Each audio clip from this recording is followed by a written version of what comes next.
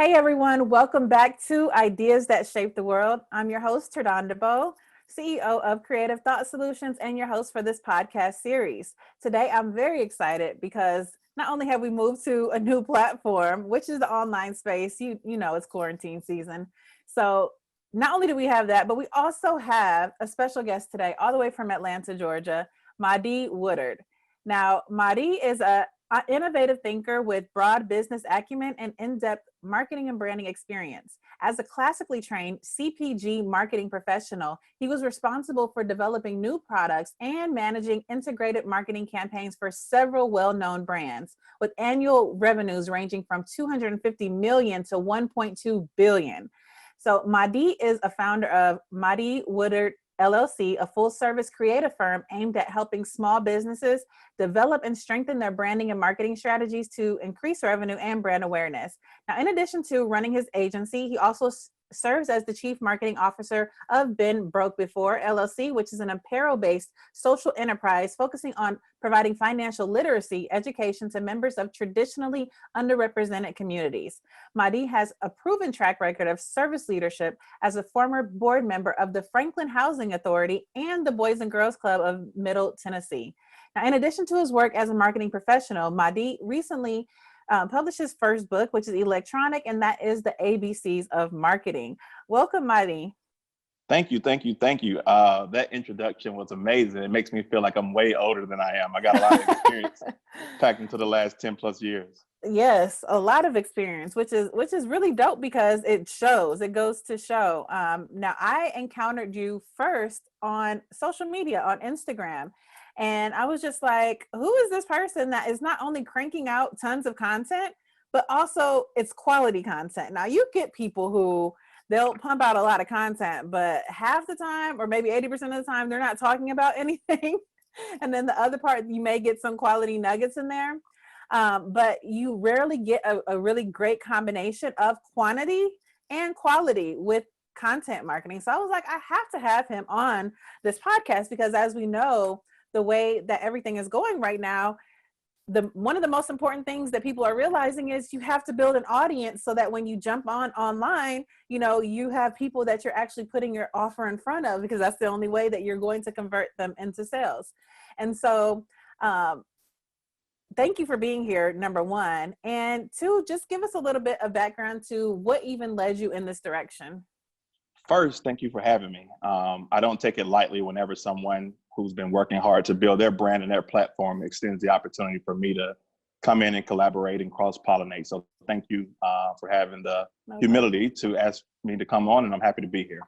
And how I got down this path, oh my God. I'm one of those people who I got lucky. So what I studied in college laddered up to what I wanted to do in the career. Now, when I went to school, I didn't know. I know I wanted to do something in the business field. I took my first marketing class and I thought, oh my God, I cannot believe they pay people to do this. Like, I get to sit at the intersection of sort of big business and analytical rigor. I've always been great in math and science, but I've got this creative side as well. So I found the one profession that would allow me to sort of mix and mingle in all the different areas of business. And it's been amazing ever since. So sort of as you spoke to a little bit in my bio, I started in corporate America. Now I'm a full-time entrepreneur. So still in the marketing space and absolutely loving it. Awesome. And so basically it's kind of like, it feels like it's similar to me. I went to school for graphic design. I met my marketing teacher and I was like, oh, like I really like this. I really like what she's talking about. And so it's kind of similar. As soon as you figured out like, oh, wow, people like this is the thing and I really like it, then you went full throttle with it. Now, in your journey to full-time entrepreneurship, what was it like for you to make that transition? Yeah, first, I'll back into, and hopefully I don't get too long-winded. So I'll back into how I really made that move. So I'm grateful that I learned how to do marketing first. Education, you kind of get the theory, the history, and an appreciation for the people that came before you. When I went into corporate, my first company, they developed great marketers and they developed great people. And I thought, okay, if I can help, like most entrepreneurs, right? If I can do this for somebody else, I can do this for myself, right? So I learned how to do marketing on big, really big brands. The good thing is that you have such a strong team around you that you can't really mess it up. You know, there's some guardrails in place, but you have enough autonomy to really make some decisions. So I wouldn't be fair if I didn't tell you the full story. So my first company, I'm there, I'm rocking and rolling, I'm getting promoted like every 12, 18 months. But I got to a point in my life where I felt like I was in the passenger seat and not the driver's seat. I was going through the motions professionally, and I knew that I needed something to speak to my spirit a little bit better. So I quit my job. I moved back home to Atlanta. I had what I thought was a lot of money saved up, probably $30,000. And I didn't have a plan though. And I blew through that money in about 7 months, just trying to figure things out, living my life like I was still getting paid that same income. And again, I kind of got that first taste of humility, that just because you know how to do something for someone else doesn't necessarily mean you know how to build that business or that brand for yourself. So that first, if you would have caught me 7 years ago, the story would be going a little bit different. And so when I went back to corporate for the second time, that company was where I was able to apply all of the things that I had learned. And it was intense. So you would show up to work, your boss would say, your business is worth $250 million. You need to grow by 10% this year, figure it out. The world is your oyster. Put together a plan, go travel, go do research, come up with new products, come up with a new campaign, whatever you think is going to get you there, you need to do what it takes. And so having that sort of training wheels experience and then being thrown out into the ocean experience is what really prepped me to do entrepreneurship. So after I did well in there, I got to a point where I knew I wanted to do my own thing. I got with some buddies, we started our first business, and we're a couple years into that, and here we are here. Wow. So that was a vast, seemed like a vast, contrast between the first job and the second job, that you had. And so I know that you said that there were a lot of things that, like you said, it was training wheels for the first job. So what were like your top 3 biggest lessons that you learned from that experience that made you capable of doing the next experience with the second job? Yeah. So the first job, I would say that the top 3 things, one is that marketing is way more about numbers than people give it credit for. So you have to understand how to rank your business, how to see if you're doing well, so you know what things to change or what things to double down on. So I would say the first thing is kind of that analytical rigor and just a drive to really be inquisitive about your business.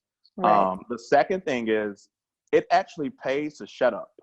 I was so junior that oftentimes I was only a fly on the wall in a bunch of big meetings. I didn't realize that my boss was giving me experience, invaluable experience. All I'm thinking is I'm this young hotshot kid out of college that knows how to do this stuff, but I hadn't really had enough practice for someone to tell you to take the reins and do it yourself. So sitting in those conversations and seeing how people who've been in business for decades really strategize on a business that could be, again, 1.2 billion, you learn a lot about sort of how to play your role, and you're ready for leadership when it's your time to step up. So the second thing I would say is sort of listen and take copious notes.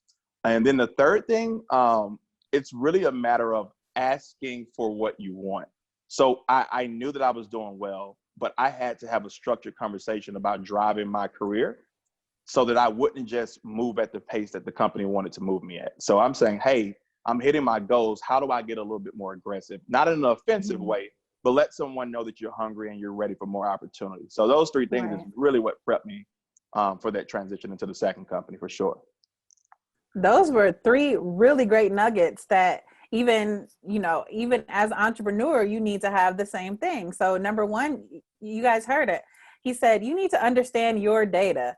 And that is something that I tell my clients as well. You need to track the data. You need to know. You can't go with what feels good or throw spaghetti on the wall and see what's going to stick. You have to really know, like, okay, is this truly working, or is it worth my time and effort?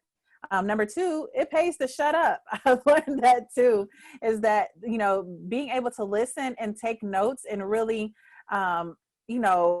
some of the wisest people are the ones that speak the least. That's what I've learned, is that, usually the people that are trying to make up for something are the people that talk the most. Yep, absolutely. So, the wisdom is in being able to know when to speak and when to just be quiet and learn. And so I love that. And then number 3, you said asking for what you want, which is another great thing too, because sometimes, you don't realize that you're not getting what you want because you didn't ask for what you want. And so those are really, really great lessons that you learned. And so that's what, so that's pretty much what led you on your journey. Now, as a full-time entrepreneur, and you knowing how important it is to build an audience, explain to us, how you went about your strategy for building your audience, because since you know that it is important, like what strategy have you taken to do that? Yeah, so again, here's where having that professional sort of big brand experience is sort of like the cheat code. Research is your best friend. So what I did, I looked at the market and said, all right, what's happening out here in this entrepreneurship space? What makes sense for me? What's real for me? And what voice can I really sort of occupy? And one of the things that I realized was critical is that a lot of us had been taught to fake it till you make it. So I was like, that doesn't sit right in my spirit. I don't have anything to prove. I feel good about myself.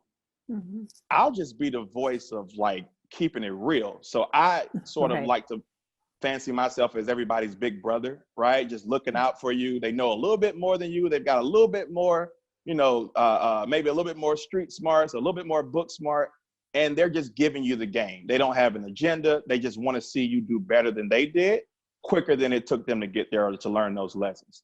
So I just take the perspective of, if I tell the truth, if I keep it real, if I share what feels good, then I know people will resonate with it. And it helps that, of course, I know some of the language and the lingo, but more than anything, my true tone is just telling the truth.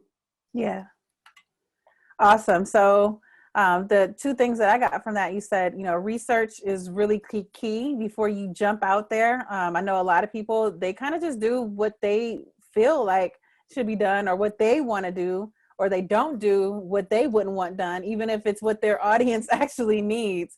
And so research is very critical. And then the second thing, I love that you said, you basically are saying, know yourself, be yourself, and stay true to yourself in the process of doing that. And so I love that too, because with my first business, Innovative Edge, the reason why I did that, most people don't know that I started out rapping. So I was rapping and an artist before, doing the business work, but I'm like, no one's going to take me seriously. So I have to put on this persona as this super professional person.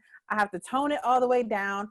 But then I found that I was just so unhappy with my business because it just wasn't me, and it blended in with what everyone else is doing.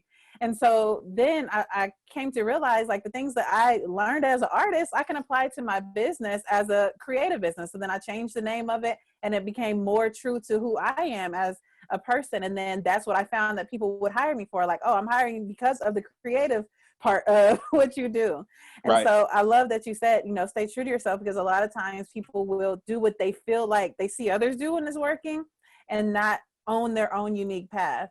I love that. Yeah. And especially in this space, sort of running a marketing agency and doing consulting for small and medium-sized businesses, they want to connect with the real person. So of course I have the resume demonstrating that I can do the work. But if you guys don't have natural chemistry, let's say you're going to be working together for half the year, right? If you don't have a really good rapport, natural chemistry, and able to enjoy the experience, no one just wants the work done per se when you're working at this level. And I ask my clients, how did you find me and how long did it take you to make a decision to do business? And without fail, it's typically about somewhere between 3 and 6 months. They say, I've just been watching, I've just been seeing what you do. So people are observant, and they're thinking really hard before they part ways with their money. So I try to be really consistent and be myself in all the different rooms that I walk in. Right. And that way it makes it a lot easier, because there's a lot of trust when someone is saying, I need you to help me with my business. And so if they know that they can keep it real with you as a person, it makes, whether we design a website or a logo or create, a marketing campaign, the trust is already set there from you being a genuine person, for sure. Right. And how big do you think that it is? How big of a part do you feel like it plays in you being transparent? Because I know that we hear it's classic, like know, like, and trust. People have to know, like, and trust you before they spend money with you. We hear it all the time. But in your opinion, what does it take to gain the trust of someone to want to spend money with you? Yeah, so I think it depends on the business model that you have, right? So we're in a business where we over-index with people. Now, let's say that I was supplying a product, I don't know, something let's say I made plastic bottles for water, Mhm. they may not need to know that I'm a Libra, right? In order for them to trust me in that respect, they need to know that I have transparency in my process, right? So that they know that they can combine what they need with what I have and do good business. But in our business, and for other people that may be listening that are in the, service-based business, it's imperative that people really get that good feeling, that you interact with folks, that you become and sort of be yourself, and then be okay with sometimes the opportunities just don't work out, right? But like overall, I think from my perspective, we're in the people business. So Right. as long as you are genuinely yourself and you know how to do well and communicate with people, getting to the work becomes the fun and the easy part after that. I agree with you. I definitely agree with you. People connect with people. One of my newest clients that I had come on, she stepped down as like one of the highest C-level positions at the corporation she was at. And she was ready to step into entrepreneurship. And she was like, well, the first person I thought of was to call you when I was ready to do this. She was like, because we met each other at an event 3 years ago, and you smiled, and the way that we connected then, and you knew what you were talking about, it made me want to go back to you. And so I was just like, wow, like a conversation 3 years ago. And then, sometimes you don't even realize that people are just watching you. And when they're ready, you're top of mind because of how you've positioned yourself and because of how personable you've been with them. So I believe that that's really great. And I love what you said earlier too about like you consider yourself as like a big brother that's looking out for you, because your tone really conveys that in your messaging. And so I believe that knowing your tone is really important and being able to message that clearly. But where is the line? Because some people, they don't know, this is just like flat out unprofessional. And then some people are just like, well, I'm being myself. If I'm being myself, whoever likes it is going to like it. But where is the line when it comes to being yourself and really connecting with your audience?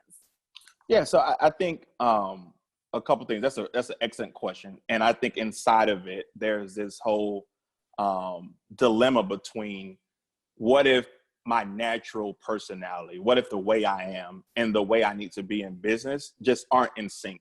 And so I think that there's a difference. You have to always remember that you're not your customer.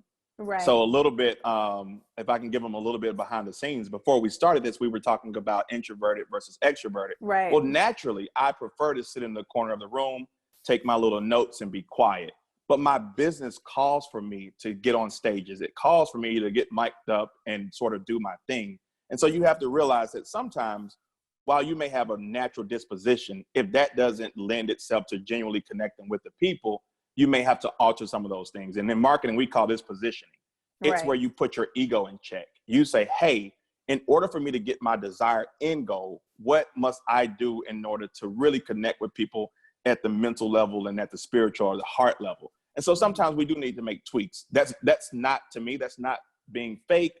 That's not being disgenuine, but it's really saying, in order for me to get to where I'm trying to get to, what must I adopt in order to get there? So I think thinking about your audience and what they need from you will help you better guide yourself down that path. So again, like what I was saying, I knew in this speaking, teaching, consulting path, especially from a social standpoint, that voice of just somebody who can, no matter what the topic is, you can count on them to give you an honest depiction of it.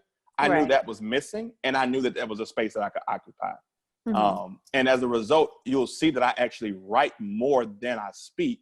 So that's a reflection of me being introverted, but I give you really, really deep things that you can think about in order to sort of connect with my audience. Right.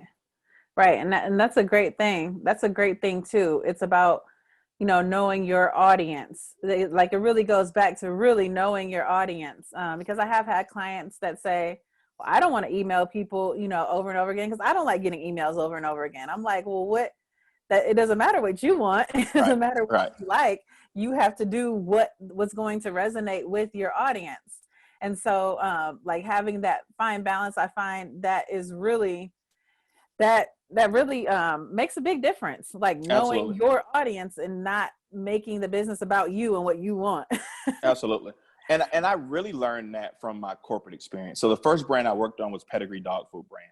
Okay. At the time, and even now, I don't have a pet. I wouldn't call myself a dog lover, like to the point where the dog is a member of my family, but I like dogs, right? No problem. I don't have a problem with dogs. Mm-hmm. But if I was going to be in a leadership position on this brand, connecting with people who love dogs, it was critical that I understood that language, that I knew how to replicate that language, and that I could really message for a brand that needed to occupy that space. Right. So again, sometimes you have to just give yourself, step a little bit outside of yourself in order to get the job done. And that's just necessary changes and tweaks based on the goals that you want. Absolutely. Absolutely. I couldn't agree with you more on that. So right now, how long have you been a full-time entrepreneur? So we are so close. May 1st will be 4 years for me. Oh, wow. So I'm real close to my anniversary of being an entrepreneur. I'm excited too. That's awesome. So like with the transition for you being a full-time entrepreneur, what do you feel like the top lessons that you've learned that people, because I know a lot of people who are still working a job and, you know, they have their business, but they haven't gone full time yet. And then there are people who have made the transition. They're just like, how do you make this work? Like, I'm not understanding, like, how do you make this work? And so what has been something that, you know, if you were to drop some jewels on people that are either considering being full-time entrepreneurs or may be entrepreneurs, but they're just like, I don't know when this is going to like actually start working. Yep. So I'm going to try to separate the two, but some of the answers may blend. So let's start with the person who's at a job, and let's say they're figuring out the entrepreneurial thing, or let's say that they're doing it at nights or on the weekends. The first thing, you have to be brutally honest with yourself about how you spend your time. I tell people, so given that like personal health and family stuff is going to be on your agenda no matter what you do, I tell people you got 3 things. You have your job, your side hustle, and your social life. Mm-hmm. Pick 2. All right. So if you're going to work your job and do your side hustle, then what you're saying is I'm willing to sacrifice those nights, some of those mornings and some of those weekends in order to help my side hustle become my main hustle. Mm-hmm. What I often see, and I'm sure you do, is that people say, hey, I want to do this side hustle, but they've really chosen their career and their social life as their first 2 priorities. Mm-hmm. And so they never can seem to make time to turn the thing into something big enough to be able to step away from their job and do their side hustle as their main thing. So I'd say be really honest about your time, audit your time, write it out, hour by hour, do it for a week, and look mm-hmm. and see how much inefficiency was in your week or in your day. Critical. So audit your time. The other thing is, and I wrote about it today, is the only thing that makes entrepreneurship hard is the illusion that it's supposed to be easy. Mm. This thing gets super hard.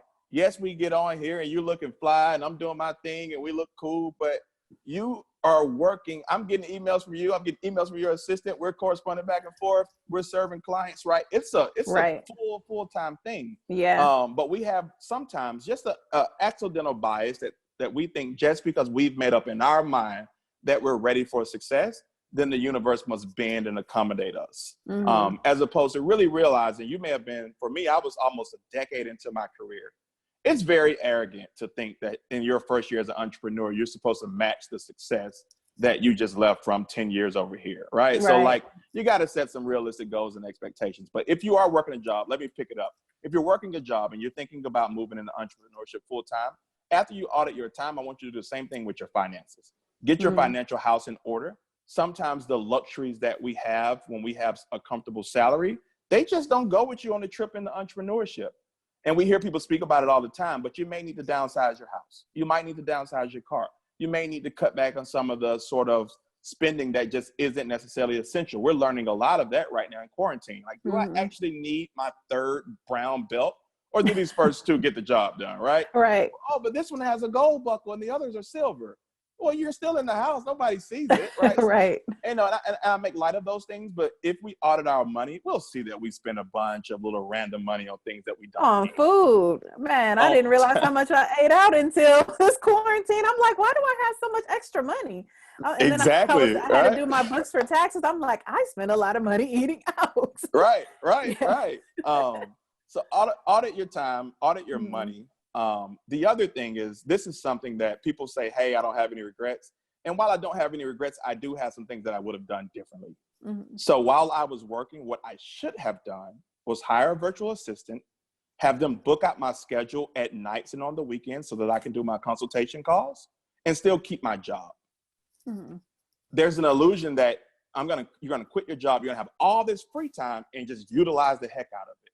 When in turn, really, most of my clients, they're still working. So we end up doing calls at nights and on the weekend anyway. Right. So I could have done that for maybe 12 months, really get the rhythm, and then allow the cash flow from the business to help me step away without it being this big emotional decision. So if you are working, you need to figure out how much of my side hustle can I do while I work, and will it provide the runway for me to step away and do it full time? So just be honest with yourself. Be open to the fact that you may need to give yourself a little bit more time, but don't be soft on yourself. Go hard in that extra time for sure. Mm-hmm. For the people that are doing it, and forgive me for being long-winded, if you're already in it, you say, Mahdi, that was cool advice, but I already quit, right? Like, what do I do now? Especially in this season. Again, we're in the people business.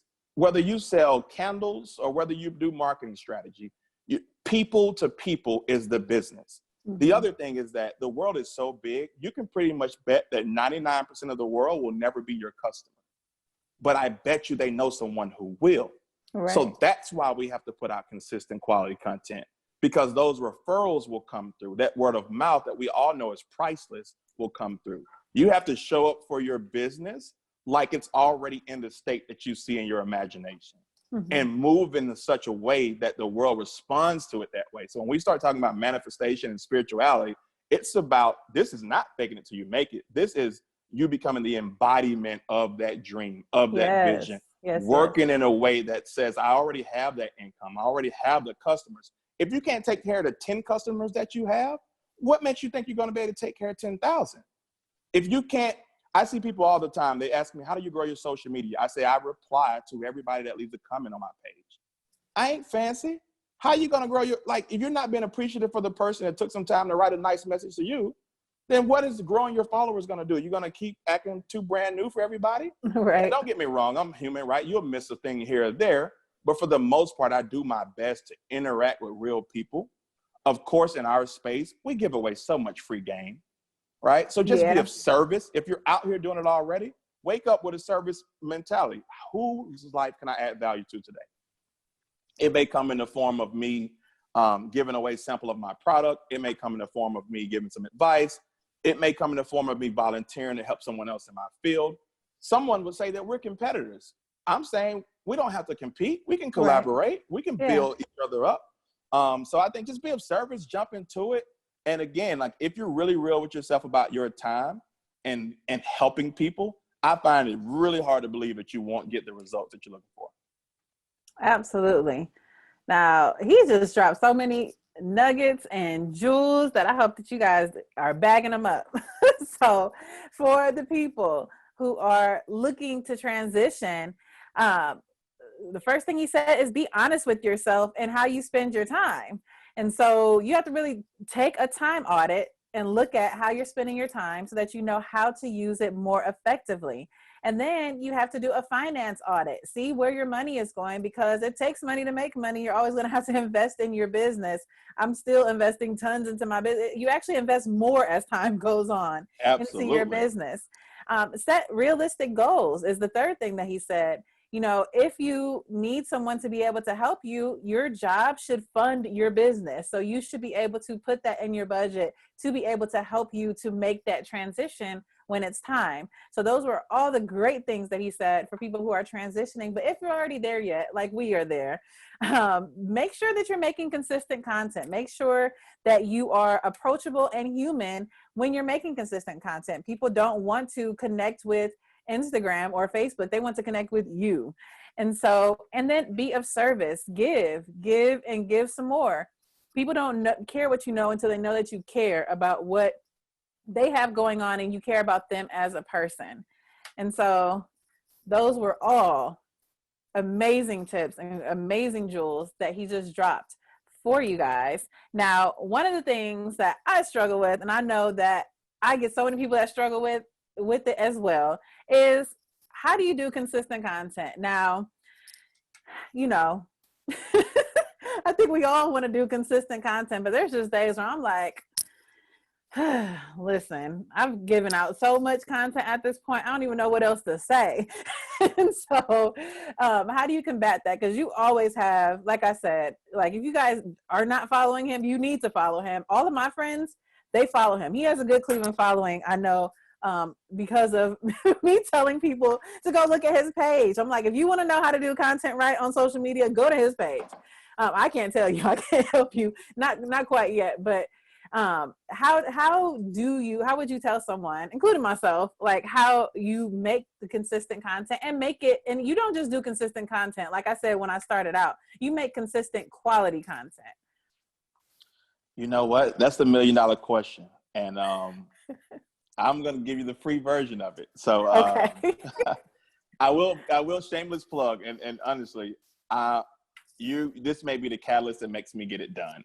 I want to write a book called Content Cookbook and really break down the recipe of how you can create and get this content out in a flow. So I'll give you a little bit of the things that I use, and then hopefully we can kind of bounce back and forth. Sure. So the first thing is breathe. This is a marathon, right? This is the journey of your life. This is the journey of your business. And we have to realize that it may not turn for us just immediately, but we're just going to take the next step. I got on Instagram in 2012. Wow. I've been posting quotes and business nuggets since 2012. My business just started to kind of get to the point where, from social standpoint, as far as followers and engagement, in the last year. Most people won't do 7 years of content. Now, I know some things that I could have done better over that time, but that's just me giving you the real raw story, is that I was posting quotes for 7 years before someone told me, you should write an ebook with quotes, man. Like, this is crazy. So like, it's a marathon. So breathe and prepare for the journey. Now, let's give you a little bit of the system. So I think about it like this. The 3 C's of content for me are capture, curate, and create. So the first thing I should be, by doing the work, I'm already in it. What things can I capture of my normal day doing the work that someone else may find valuable? So the same way right now, we're both taking notes on this conversation. These notes are going to turn into quotes for me. They're going to turn into book chapters. They're going to turn into speaking topics, right?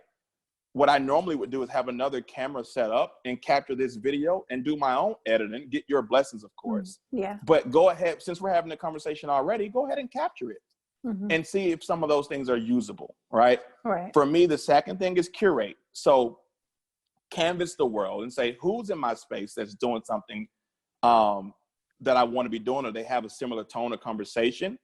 And literally, you can source their stuff. My thing is make sure that you give credit and make sure that you improve upon it. So you can say, hey, here's something that, there's conversation out about blah, blah, blah. Here's my perspective.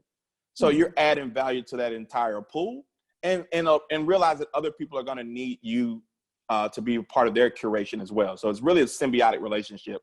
I see people using my stuff and turn it into discussion guides. And I get my army of folks. They're like, hey, they stole your post. I'm like, it's all good. Because everything that I'm posting about is supposed to move us forward. So if someone else grabs that and starts that conversation, I'm happy that they do it, because I also need the grace to be able to do that with someone else's content as well. And then the third part is to create. So that's where I would say you're going to take your original stuff, and whether you do it, mic it up and video and lights and the whole nine, sort of whatever level you're at, but that's where that thing may be 100% your idea that you want to create and put into the world. I do this in that order. So for me, it's about 60% capture, it's about 30% curate, and then about 10% create. What burns most people out is that they're doing it in the reverse. They think that every day they wake up, they have to create something brand new of value, and we end up really burning out. It's hard to get on here and record video. There's no telling how many takes in my phone before I actually post something. So what happens is, if we think that every day we've got to do a presentation, that may wear us down, where we don't realize we're already adding value naturally by doing the work. we can take that and repurpose it as content. So that's sort of my system. But then the step underneath it is that you get, and this is where I'm sort of smiling. I know you guys can't see me, but oh, they will see you. This is going to be perfect. This is all right. visual and audio. All right, fantastic. So this is where connecting and knowing your audience kicks in. So for me, I know my audience I like to take them on roller coasters. You come on my page, I'm going to give you some deep business thing to think about. I'm going to give you some type of mindset principle. And then there's some days where I'm just going to give you pure foolishness.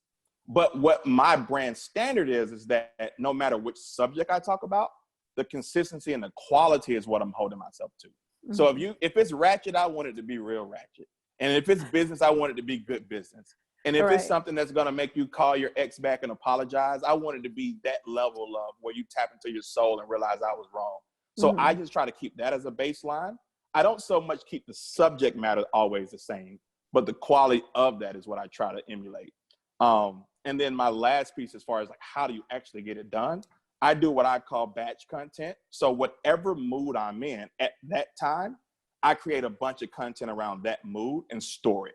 Because every day you're not waking up feeling funny, right? And every day you're not in this introspective deep mode. But when I am, I may bang out 10, 12, 14 pieces of content that I know are really good, deep things, but I'll release them at the appropriate time. So there are, while you do, I don't always feel the mood of the post at the moment. I guess that's what I'm trying to say. But I feel the mood of it when I create it. I just store it. It comes from that same authentic place. Exactly. So that way you never force it, because nobody wants a forced joke or forced seriousness. But if you're genuinely in that mood, and I'll tell you where I learned this. We got something in common. I also used to rap. Oh, wow. And one of the producers that I would work with, he would say, when you come into the studio, release the pressure of trying to make a hit. Mm-hmm. All we're going to do is make songs based on the mood you're feeling right now. So if you are feeling upbeat, let's make an upbeat song. If you are feeling reflective, let's make a reflective song. No one knows what we're doing. We can release this when it's ready. So I use that same principle. That's good. In creating my content now. And that's how you allow it to slow cook. That's it. Slow cook. Yeah. Yeah. And I always know that I have a repository of things that I can pull from, right? So like some days I'll look at the national news and go, people need a good laugh today. Let me look into my laugh batch of content and go, oh, you know what? This is going to hit, right? That's good. I love that. I'm going to try not to curse, but the other thing is. It doesn't matter. All right. Here's what I say. Put your best shit out now. Mm-hmm. Don't store, because I want you to have that pressure of having to one-up yourself. Yeah. Right? When you start to see that engagement take off, I want you to get that anxiety, tense feeling of like, damn, I don't know if I can one-up myself. Because it's about getting better. It's about getting better. And then one last thing is always remember this, your audience is always growing. So you may have a nugget. I have a really good archive. You may have a nugget that you spoke about a year ago, 18 months ago, and it's still applicable now. You update it, you add a modernized sort of point of view to it, and it's brand new again. So you don't have to wake up blank canvas and try to be Picasso, right? Go ahead and source yourself, reference yourself, and allow that to also serve as the inspiration. Absolutely. You know what helps me with that? Memories. I'm like, I said that was good a year ago. I'm about to repost it. Absolutely. And I'll get the, people are like, wow, this is good. Like all over again. I'm like, I don't remember that I shared it a year ago. Because, all right, so here's the marketing principle behind that, right? When I was in corporate, television was still number one. And so you would look at, and these metrics are in social media, you would look at reach and frequency. Mm-hmm. How many people have seen this one time? How many people have seen this multiple times?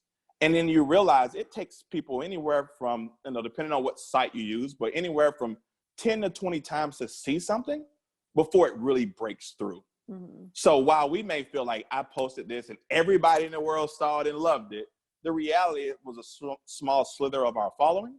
We now have a larger audience, and if it's good, it's going to stand the test of time. So take some pressure off of yourself, y'all. Yeah. Be genuine, connect. And what I love about social is that you get your scorecard. So if that content ain't good, it's going to reflect in the metrics. And you know that hey, I might go a different direction. but have fun with it, sketch with it. It took me years to get the tone all the way right. So be patient with yourself, for sure.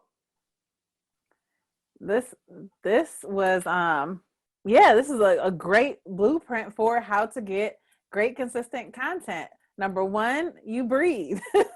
You breathe. I've been a yoga teacher training since January, and one of the biggest things is you just have to breathe. You have to allow yourself to release anything that can block what you're trying to do. And then you have to breathe because it is a marathon. It's not a sprint. It's not something that you're to do in spurts. Is something that you're to do for a long period of time. Something that you said that reminded me of that is Toby. I don't know how to pronounce his last name, but it starts with an N, and he's a rapper. And he said he's giving himself 10 years to make raps every Sunday. And if it doesn't work in 10 years, then he knows that he gave it his all for that 10 years. Of course, it has taken off now, and a lot of people know who he is, and he's gotten somewhere. But him just thinking in his head, like, I'm going to give this a shot for 10 years, not I'm going to give this a shot for a month or 3 months or a year. Like, that is a long-term mindset. And then, so you're preparing for a journey, and then you have the 3 components of capture. Now, when you said capture is 60%, I'm like, wow, I could literally just walk around with like a content journal all day, and the things that, because I'm a writer, I try to do stuff in my phone, and I do some stuff in my phone, but I love writing. And so it's like, man, you could really just take a journal and take some pieces of paper, and throughout the day, as things happen, just write a note about it and write your perspective about it right then. And then curating is 30%, and then creating is 10% of that. And so that is, your 3 components to how you get there. And then know what you're going to talk about. And so, like you said, you have three categories that it goes in. It goes in either business, it goes into mindset, or it goes into straight foolishness. So you have your 3 buckets that you put it in. And so it's like knowing, which buckets that you need to add to, and which buckets that you're feeling on any given day. So I'm pretty sure that those buckets more so go with your moods. And so you're either thinking about business, you're thinking about, how to get your mindset right, or you like some pure foolishness. Yeah, some straight foolishness. And so that aligns with you. So it makes it natural that as you go through the day, because you're thinking in those buckets already, to just keep adding to those buckets. And so that's what I would say to you guys is do what is natural to you. Don't try to create buckets. Think about what you naturally do on a day-to-day basis. Like, what are you naturally doing? So for me, I'm like 80% of the time, I'm a goofball. Like, I'm always joking about stuff, but my content wasn't reflecting that until like the last maybe 2 weeks, when I'm like, no one knows that I joke around as much as I do. So I need to just like do some stuff where people can actually see that. And so it's like really paying attention to what am I doing on a daily basis? And how am I thinking on a daily basis that would add value to other people? And then create your buckets from there. It doesn't have to necessarily go with Mahdi's strategy, but it can be something that is, unique for you, because people are going to fall in love with you, and you're the one that has to do it for a long time. So if it's if it is not organic to you, then don't do it, because you will quit and burn out fast because it's not you. Yeah, and I'll be remiss if I didn't say this, right? Because that was very much, when we talked about this cookbook analogy, but what I really want people to get out of it is, I'm from the South. You got to cook like grandma, big mom. Yeah. And it's from the heart. It's from the soul, a little dash of this, a little pinch of that. Right. Don't be like, this must be 65% and this has to be, like, you got to find your own genuine balance. And that happens, like you just said, from really being tapped in and being yourself. And you'll know when things are sort of off, and you can kind of make some adjustments to one of those buckets. But for sure, it's fun. And what I really super love is what he said is quality is the standard. It's not really about what you're talking about. It's about making sure that what you're talking about is quality. And so when you're doing those buckets, and sometimes I know for me, I'll have jotted notes about stuff that I think is good at the time, and then I'll go back, and out of 10 things, 2 things may really be like, okay, this is actually going to make it to social media. And so it's about having that internal knowing. And then, like you said, at the end of the day, you can't really know until you throw it out there, but you do have a good gauge of what has worked before and what has worked, as a whole, and whether or not it's going to work for you in that moment. And so quality is the standard. you'll know that you're resonating with your audience when you get, and I'm sure you get it too. People start tagging and sending things to me saying, sounds like something you would say, right? Wow. And I'm like, you know what? That sounds just like something I would say. So when you get to that level, that's when you're really cooking, right? You're using all your senses, and people are playing back to you what you're putting out in the world. And I want you guys to know, like, when we say capture, right before we started the call, I said, oh no, hold on one second. Let me go get my notebook. Because I know that by us having this conversation, it's going to pop up things in my mind the same way you're taking notes and recapping, which is, I probably need to pay you to just travel with me and just like summarize all my long-windedness. Like, yes, that's what I was trying to say. Thank you. Yeah, like, people always tell me I sum things up really well because like I have to like. Yeah. Love it. But this notebook, I'm writing notes from your thoughts, from my thoughts. And just always be in that spirit of capturing stuff for sure. Mm-hmm. Yeah. Absolutely. I love that because I feel like I don't do it enough. We always say, or I know I always say, like, oh man, that's really good. I'm going to remember that. I got to remember that. I don't remember nothing that I say I'm going to remember. Good luck. I don't remember because by the time I even think about back on that thought, 10 more things have happened. I'm like, I don't even remember what it was. And it's gone. Mm-hmm. And so quality is the standard. And then when you are cooking, make sure that you're doing batches at a time. You know, with a baker, he's not making a cookie as soon as everyone comes in. So a lot of people will wait till they get up that day like, oh, well, what am I going to do for the day? I've done it. I've been guilty. I'm people. So a lot of people will wait till the day of and be like, okay, what am I going to put on social today? And then if I don't have nothing, then nothing gets posted. But if you were to cook it like a baker, he's cooking dozens and dozens of cookies at a time. And so when you come in there, you know, there is something. So even if, you know, they've been busy and haven't been able to get to another batch all day, they have enough to sustain them for where they are in that moment. So batching your content, making sure that you have fun, making sure that you enjoy what you're doing. Like, it shouldn't be dreadful. Anytime anything is dreadful and there's resistance around it, it's because something about it is not aligning with who you are as a person. Absolutely. Like, that's the best way that I can say it, because the only time I've ever dreaded what I do is when I try to do it like someone else and it doesn't fit me. And so you have to have fun with it. You have to be patient with yourself is the last thing that was the nugget from this part. Is you have to have patience with yourself. Don't feel like you're going to get it overnight. Like we had in a few episodes ago, we had Joe Polizzi, who is known as the father of content marketing. He's the creator of Content Marketing World. And he said that it took him, before he sold his business for millions, it took him and his wife, I want to say, what was it, 10 years? I don't remember the exact number, but it took them years of creating consistent content over time and knowing that it's going to take that for him to be able to create the value enough to be able to even leverage it to sell it, or to like we say, you know, you're either scaling or selling. So you're preparing to scale or sell. And so with that in mind, you have to know that with either of them, it's going to take time. Unless you're acquiring someone else's, like we talked about on another episode, unless you're acquiring someone else's content, even then you still have to make it work for you.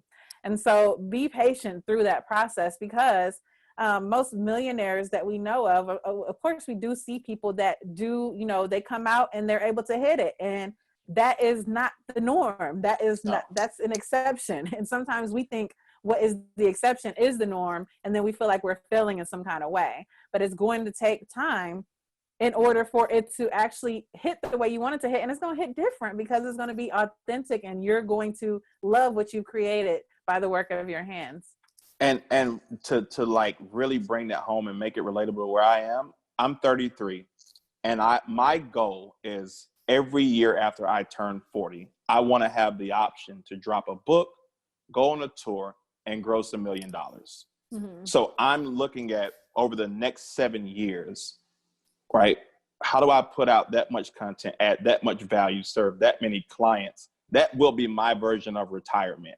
And so building these relationships, I hope you're still going to be in Cleveland. We'll come to Cleveland for I'll come every year for the next 7 years, and then I'll come every year after that, right? And just I like don't an want to be in artist. Cleveland for the next 7 years, but Well, here's the great thing. Everywhere you live, you still leave your footprint. So yes. I know I can go back to Nashville. I lived there for 4 years, and I was of service there. So I was on that board of the Housing Authority and the Boys and Girls Club. I have an audience of people that are like, whenever you want to come, right? You can stay here, you can work here, you can do whatever. Right. But the goal is sort of think about these artists that go on tour. Think about the people that, every year, those dates are going to fall in your city. Frankie Beverly and Mays is one that came to mind for me. But they come to Atlanta twice a year. They sell out in advance. They do their thing. Right. I'm looking at myself in that same way. So right now I'm just creating my mixtapes and my albums and everything else so that I can go on tour, 7 or 10 years from now, for sure. I didn't even think about it like that, but it is like that. It definitely is like that. Because you're creating a body of work. A body of work is a body of work. Yep. The light switch that went off in my head is, it's crazy how you could hear something over a long time and then there's a moment where it actually makes sense to you. But like what I'm getting in my head is like actually having to, so if it is the next 7 years of creating content, like really preparing more so for that than for the next month. Yes. Or the next week. So I'm speaking to myself on that one. And I hope that you guys are picking it up as well. So this has been absolutely amazing. Like if you guys didn't learn anything today, then stop listening to my podcast because you're just not going to get it. No, I'm just kidding. Just play it back. Download it again. And I really, really appreciate everything that you shared today. You shared a lot of valuable content. And this is all about ideas that are shaping the world, because it is my belief that we are as far as humanity has gotten as we know it. And it's only the people that have ideas and they take it and they move and they are not afraid to move forward with it. Those are the people that actually shape the world and help it move forward. And those are the people that actually people look to for where to go next. And so thank you for sharing that. Thank you for sharing your ideas. Thank you for sharing your nuggets and your jewels. I really appreciate your time. Tell the good people how they can follow you, get in contact with you, or anything from here. First, again, thank you for the opportunity. I don't take it lightly. Like I really enjoyed it. I'm sitting here like, did I give enough value? Because I got more if we need it. So you let me know. But no, thank you so much. So you can find me on everything. My name is Mahdi Woodward. Will you have that spelled out or do I need to spell it? Yeah, it will be. It'll slide up on the screen. So LinkedIn, Instagram, Facebook. I'm not very active on Twitter, but I'm still there. It's my domain. It's my email, Mahdi Woodward on all platforms. And I tell people I'm a real person. Reach out to me. Say what's up. If you found a nugget in here that was helpful, let me know. If there's something that you have a question around, shoot me a note and let's just start building a relationship. Awesome. You see that? Approachable. That was another nugget that he dropped. So thank you so much. And thank you everyone who is watching this, or if you're listening to this, or if you're reading this, wherever you are and however you're coming in contact with this. Thank you so much for, our last episode. We're in the thousands now on the download. So I'm grateful. I'm grateful for everyone who's listening, for everyone who's downloading, for everyone who's just tuning in to listen to what we have to say. And so from here, make sure that you are subscribing to our YouTube page. Make sure that you're subscribing to Ideas That Shape the World podcast. Make sure you're leaving reviews. Make sure you're catching up with ideasthatshapetheworld.com, where you can see all of the past guests, where you can see this interview in its fullness. And thank you so much for tuning in. And until next time, everyone, see you later.